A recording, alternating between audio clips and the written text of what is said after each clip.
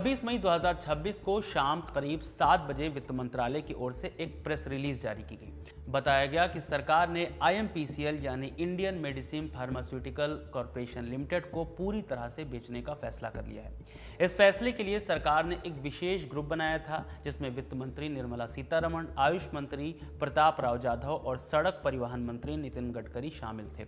इन सब ने मिलकर IMPCL की 100% हिस्सेदारी बेचने की मंजूरी दे दी है।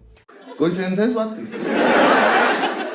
हमें बहुत लग रही थी उस टाइम। सरकार ने इस कंपनी को sky map pharmaceutical private limited नाम की एक निजी कंपनी को बेचने का फैसला किया है। ये डील 121 करोड़ 94,400 रुपए यानी लगभग 121 करोड़ रुपए में तय हुई है।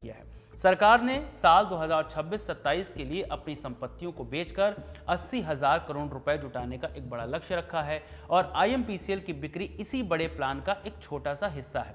पहले पहाड़ टूटे, फिर जंगल कटे, अब बारी रोजगार की है। सवाल ये कि 1978 से यूनानी और आयुर्वेदिक के जरिए करोड़ों हिंदुस्तानियों के भरोसे की एकमात्र कंपनी IMPCL को सरकार क्यों बेच रही है, बावजूद इसके कि कंपनी मुनाफे में थी।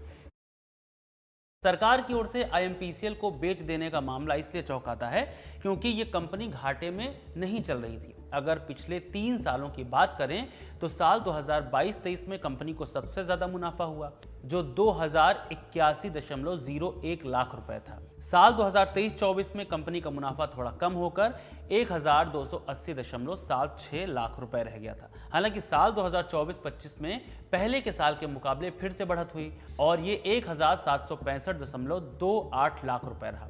कंपनी के इतिहास में सबसे बड़ा मोड़ नवंबर 2017 में आया जब प्रधानमंत्री की अध्यक्षता वाली कैबिनेट CCEA ने इसे पूरी तरह से बेचने यानी स्ट्रेटेजिक डिसइन्वेस्टमेंट करने का फैसला लिया।